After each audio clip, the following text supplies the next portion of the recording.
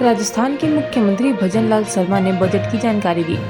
Press conference में उन्होंने कहा कि हमने ये बजट विकसित राजस्थान 2047 विजन दस्तावेज को धरातल पर उतारने के लिए एक एक्शन प्लान के रूप में तैयार किया है। हमारी सरकार ने हाल ही में पेश किए गए केंद्रीय बजट में प्रधानमंत्री नरेंद्र मोदी द्वारा मार्गदर्शित 3 कर्तव्यों के आधार पर है। हमने संकल्प पत्र 2023 में 392 घोषणाएं की थी जिन्हें 5 साल में पूरा करना था, लेकिन हमने 2 साल में ही 282 घोषणाएं पूरी कर दी हैं। ये बजट हमारे द्वारा तैयार किए गए विकसित राजस्थान 2047 विजन दस्तावेज को धरातल पर उतारने के लिए एक एक्शन प्लान के रूप में तैयार किया है। हमारी सरकार ने हाल ही में पेश किए गए केंद्रीय बजट में यशस्वी प्रधानमंत्री श्री नरेंद्र मोदी जी द्वारा मार्गदर्शित 3 कर्तव्यों के आधार पर है। पहला, तेज और स्थिर आर्थिक विकास। दूसरा, लोगों की आकांक्षाओं को पूरा करना, उनकी क्षमताओं का निर्माण करना, सबका साथ सबका विकास से प्रेरणा लेते हुए अपना बजट बनाया है। हमने संकल्प पत्र 2023 में 392 घोषणाएं की थी जिन्हें 5 साल में पूरा करना था, लेकिन हमने 5 साल का इंतजार नहीं किया। हमने 2 साल में ही 282 घोषणाएं यानी कि 72% से अधिक को पूरा करके दिखाया है।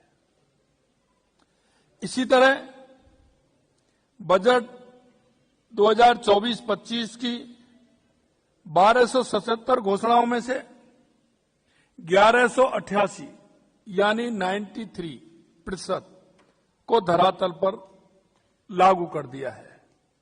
पिछली साल के बजट की 1441 घोषणाओं में 1246 घोषणाएं यानी कि 86% को धरातल पर उतार दिया गया है।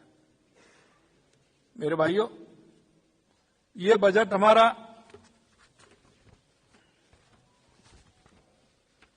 हमारे 10 संकल्पों के साथ है। हमारा अवसंरचना का विस्तार, नागरिक सुविधाओं में सुधार, पर्यटन, कला और संस्कृति धरोहर, मानव संसाधन का सशक्तिकरण, सामाजिक सुरक्षा प्रणाली का सुदृढ़ीकरण, सुशासन और डिजिटल परिवर्तन, कृषि विकास और किसानों का कल्याण, हरित विकास और पर्यावरणीय सहायता, औद्योगिक विकास एवं निवेश को प्रोत्साहन और हमारा $4.3 ट्रिलियन 2047 तक और $350 बिलियन 2029 तक राज्य की जीडीपी का है। मित्रों, हमारा ये 26-27 का जो बजट है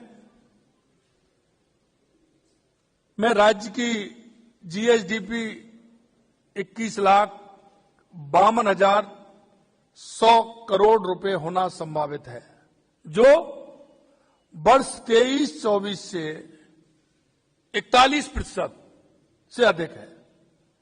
हमारे प्रयासों में राज्य की प्रति आय पहली बार प्रति व्यक्ति आय पहली बार 2 लाख पार किया है, यानी 2,02,349 रुपए कर गई है, जो वर्ष 23-24 से 21.15% अधिक है। वर्ष 26-27 का बजट साइज 6,10,956 करोड़ रुपए है, जो कि वर्ष 23-24 कांग्रेस के अंतिम वर्ष से 41% से अधिक है। हमने इंफ्रास्ट्रक्चर डेवलपमेंट के लिए पूंजीगत व्यय 53,978 करोड़ रुपए का प्रावधान किया है, जो कांग्रेस सरकार के अंतिम वर्ष 2023-24 से 2 गुना से अधिक है। हमारी सरकार युवाओं के उज्जवल भविष्य के लिए प्रतिबद्ध है। इसे ध्यान में रखते हुए हमारे द्वारा युवा नीति, कौशल नीति तथा रोजगार नीति लागू की गई है। हमने 4 लाख भर्तियों के संकल्प को पूरा करने की दिशा में जहां सरकारी क्षेत्रों में 1 लाख से अधिक नियुक्तियां दी हैं, वहीं निजी क्षेत्र में 2 लाख से अधिक रोजगार के अवसर सृजित किए गए हैं। वर्तमान में 1,43,000 पदों पर भर्तियां प्रक्रियाधीन है।